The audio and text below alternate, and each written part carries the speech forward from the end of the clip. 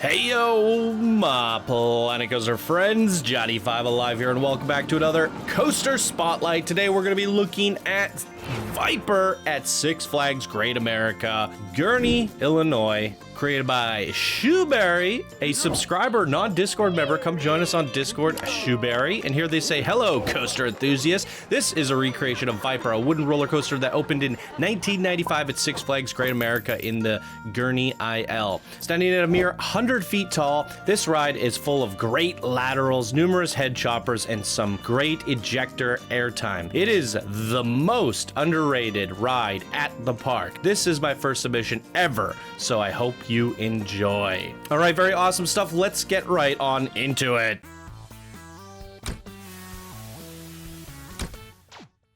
Welcome back, ladies and gentlemen. Here we have a top-down view of Viper, and we're gonna bring up a satellite image to do a little bit of a comparison. Looks like the layout is pretty darn accurate. Now, the surrounding area could leave a little bit to be desired, and as well as the coaster, it looks like you could definitely use with a lot more custom supports around the top and sides, and at the bottom as well. It's just a little bit heavy on the custom supports. I know that's a lot of work, but there's a lot of supports on the original coaster. Definitely would take some time to get that just right, but the layout looks good, the boarding station looks good, as well as the block section. It all matches up quite nicely, so let's take a closer look and give this coaster a ride. So here's the queue, and we can just whip on through here. Meow.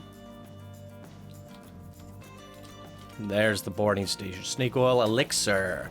Oh, that one's taking off. Let's give it a pause, and let's take a look at the stats on the wooden coasters. 1,117 meters long, 141 seconds of duration, 52 miles per hour is the max speed. Biggest drop is 26 meters, and the lateral G's and vertical look all good, and 3.2 seconds of airtime with a total of 7 airtime bumps. Boom! Let's check it out.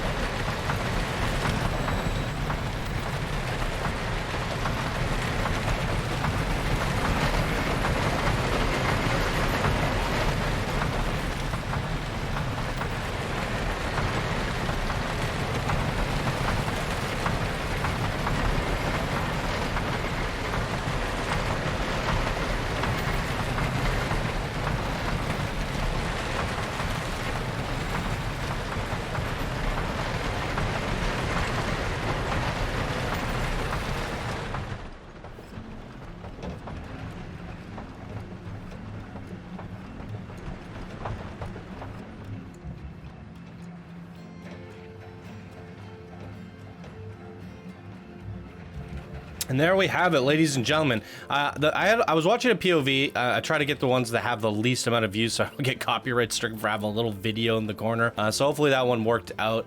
But it looked like it lined up pretty well. I was having a hard time lining it up. I'm going to have to do some editing to make sure that those match. Obviously, the speed of the coaster in game does not match the speed of the coaster in real life. So it makes things a little bit problematic with trying to line it up with the original like POV videos of the real coaster. So I think it's a pretty darn good effort here. The one thing I would definitely say is it does need a lot more of those custom supports, especially coming through here, that this is basically a tunnel of custom supports in the real coaster. You're just passing through. It's lots of supports on your right side. So I definitely think you could have done a little bit heavier on that, but it is a lot of work. But hey, that's what you gotta do when you're doing these things, right? You just gotta keep layering these supports up throughout certain areas. Now, the actual layout is pretty darn good as we looked from the satellite image. I would just like to see a little bit more, as we talked about with the recent one from Alton Towers with Galactica. There was a lot of that surrounding area that really does bring people back.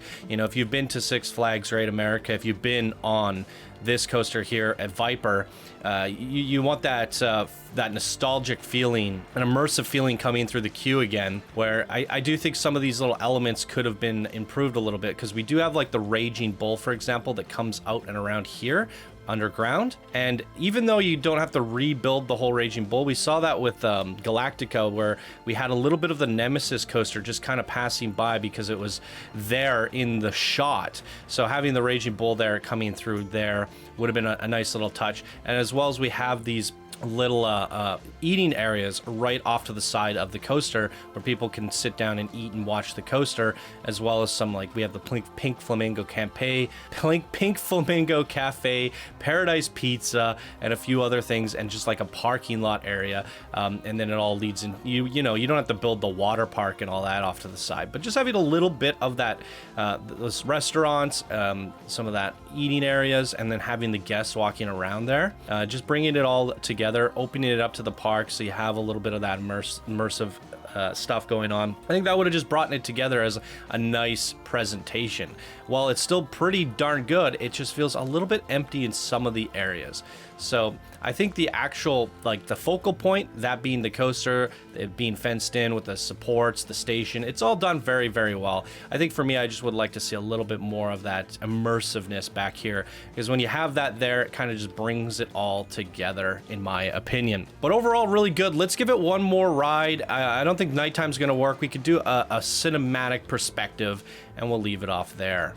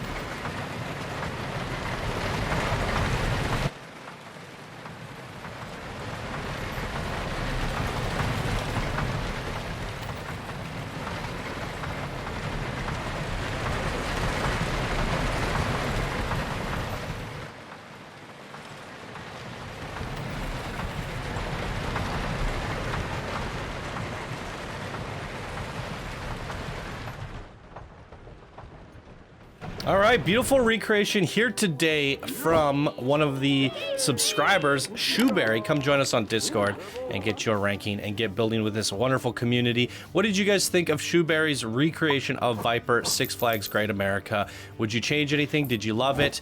What are your thoughts, opinions, critiques? Leave them down in the comments below. For Shuberry, a very strong recreation here today, in my opinion. And that's going to do it for me in today's episode. Thank you all so much for watching. I hope you have a wonderful day, and we'll see you in the next Coaster Spotlight. Bye now.